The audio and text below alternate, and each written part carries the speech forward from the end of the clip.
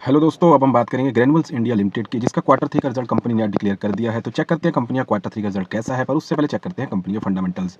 अगर बात करें दोस्तों कंपनी के मार्केट कैप की, तो कंपनी का मार्केट कैप है 9,970 करोड़, जो कि एक स्मॉल कैप कंपनी है। उसके बाद बात करें दोस्तों कंपनी की पीई रेशियो की, प्राइस टू अर्निंग रेशियो की, वो है दोस्तों 25.3। तो देखने में कंपनी की वैल्यूएशन अच्छी लगती है, पर फिर भी चेक करेंगे इसके पीएस के साथ कंपेरिजन में कि कंपनी की वैल्यूएशन कहाँ स्टैंड करती है।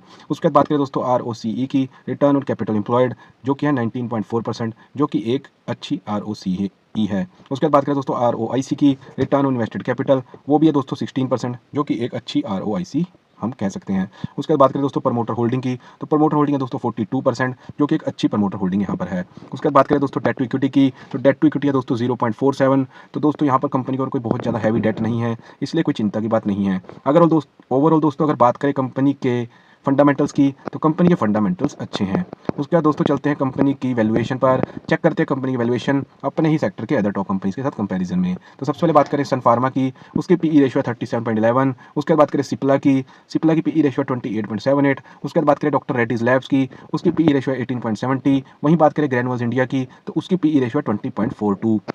अगर अपने ही सेक्टर की टॉप कंपनी से कंपैरिजन करें तो कंपनी की वैल्यूएशन सही है। उसके बाद बात करें दोस्तों बुक वैल्यू की, तो कंपनी की बुक वैल्यू भी दोस्तों यहाँ पिछले साल के मुकाबले इस साल बढ़ गई है, जो कि 104.29 करोड़ से बढ़कर 122.43 यहाँ पर हो गई है। तो दोस्तों ये भी कंपनी के लिए अच्छी बात है। तो फाइनली चलते हैं दोस्तों क्वार्टर रिजल्ट पर, जिसके लिए मेनली हमने ये वीडियो बनाया है। तो देखते हैं कंपनी ने अपने क्वार्टर थ्री के नंबर्स कैसे डिक्लेयर करे हैं। तो सबसे पहले बात करें दोस्तों सेल्स की, तो पिछले क्वार्टर के अंदर जो कंपनी की सेल्स थी दोस्तों, वो थी 1189 करोड़ की, जो कि इस क्वार्टर के अंदर गिरकर 1156 करोड़ की यहाँ रह गई है। तो क्वार्टर ऑन क्वार्टर अगर बात करें दोस्तों सेल्स की, तो सेल्स में दोस्तों यहाँ पर डी ग्रोथ आई है। उसका दोस्तों देख लेते हैं क्या सेल्स के साथ साथ कंपनी के नेट प्रॉफिट में भी यहाँ डी ग्रोथ आई है। तो नहीं दोस्तों, यहाँ बिल्कुल उल्टा हुआ है। यहाँ नेट प्रॉफिट उल्टा कंपनी का बढ़ गया है, जो कि 102 करोड़ से बढ़कर 126 करोड़ हो गया है। तो कहीं ना कहीं कंपनी ने अपना यहाँ पर मार्जिन बढ़ाने की कोशिश जरूर की है, पर उस मार्जिन बढ़ाने के चक्कर में कंपनी ने अपनी कहीं ना कहीं हल्की सी सेल यहाँ पर गंवा ली है, जो कि एक अच्छी बात नहीं है। तो ओवरऑल दोस्तों बात करूँ अगर क्वार्टर ऑन क्वार्टर रिजल्ट की, तो quarter on quarter result company का ज़्यादा अच्छा नहीं है। उसके बाद बात करें दोस्तों year on year quarter result की,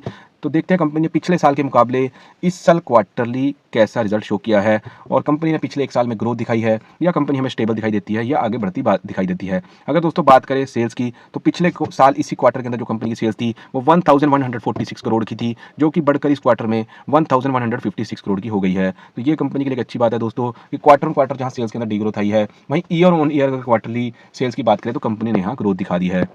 उसके बाद देखते हैं दोस्तों year on year quarterly net profit की क्या पोजीशन है। तो दोस्तों यहाँ भी कंपनी के लिए एक अच्छी बात है कि ईयर ऑन ईयर क्वार्टरली भी यहाँ कंपनी ने नेट प्रॉफिट में ग्रोथ दिखा दी है, जो कि 124 करोड़ से बढ़कर 126 करोड़ यहाँ पर हो गया है।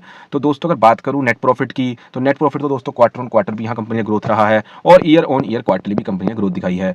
पर सेल्स के अंदर क्वार्टर ऑन क्वार्टर कंपनी की डी ग्रोथ आई है, ईयर ऑन ईयर क्वार्टरली यहाँ पर कंपनी की ग्रोथ आ गई है। हालांकि कंपनी ने प्रॉफिट कम नहीं होने दिया, पर चिंता वाली बात यह है कि कंपनी की सेल्स कम नहीं होनी चाहिए। सेल्स एक प्रॉफिट से भी जरूरी पार्ट कंपनी का होता है। जैसे जैसे कंपनी की सेल्स बढ़ती रहेगी वैसे वैसे प्रॉफिट जनरेट होता रहेगा, पर सिर्फ प्रॉफिट जनरेट करने के लिए अगर कंपनी की सेल्स कम हो जाती है तो वो एक चिंता की बात जरूर है। तो ओवरऑल दोस्तों बात करूँ कंपनी के क्वार्टर थ्री के नंबर्स की, तो कंपनी के क्वार्टर थ्री के जो नंबर्स हैं वो एवरेज या अबव एवरेज आप कह सकते हैं, क्योंकि कंपनी क्वार्टरली अपना प्रॉफिट जनरेट करने में कामयाब रही है। क्वार्टर ऑन क्वार्टर भी और ईयर ऑन ईयर क्वार्टरली भी यहाँ पर नेट प्रॉफिट के अंदर गेन है, ईयर ऑन ईयर सेल्स में भी यहाँ नेट प्रॉफिट में गेन है। सिर्फ क्वार्टर ऑन क्वार्टर यहाँ सेल्स के अंदर थोड़ी सी डी ग्रोथ आई है। तो ओवरऑल दोस्तों अगर मैं बात करूँ तो क्वार्टर थ्री के नंबर्स एक अबव एवरेज रिजल्ट इसको हम कह सकते हैं।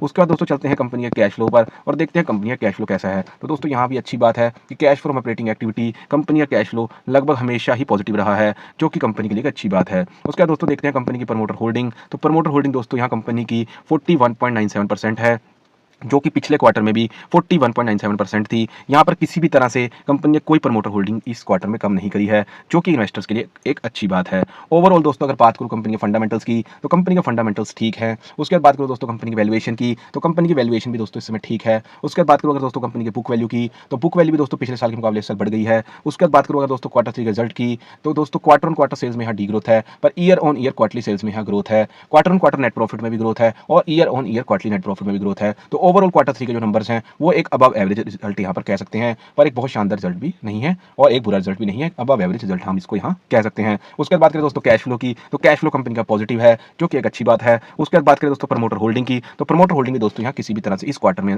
कंपनी ने कम नहीं करी है, प्रमोटर्स ने अपनी प्रमोटर होल्डिंग कम नहीं करी है, तो ये इन्वेस्टर्स के लिए एक अच्छी बात है। तो दोस्तों ये था मेरा एनालिसिस ग्रैन्युल्स इंडिया लिमिटेड का क्वार्टर 3 रिजल्ट का। बाकी आपको मेरी वीडियो कैसी लगी आप हमें कमेंट सेक्शन में बता सकते हैं। अगर आपको वीडियो अच्छी लगी तो मेरी वीडियो को लाइक करें और आगे भी आप हर कंपनी के क्वार्टर रिजल्ट का एनालिसिस देखना चाहते हैं तो मेरे चैनल को सब्सक्राइब करें। Thank you very much.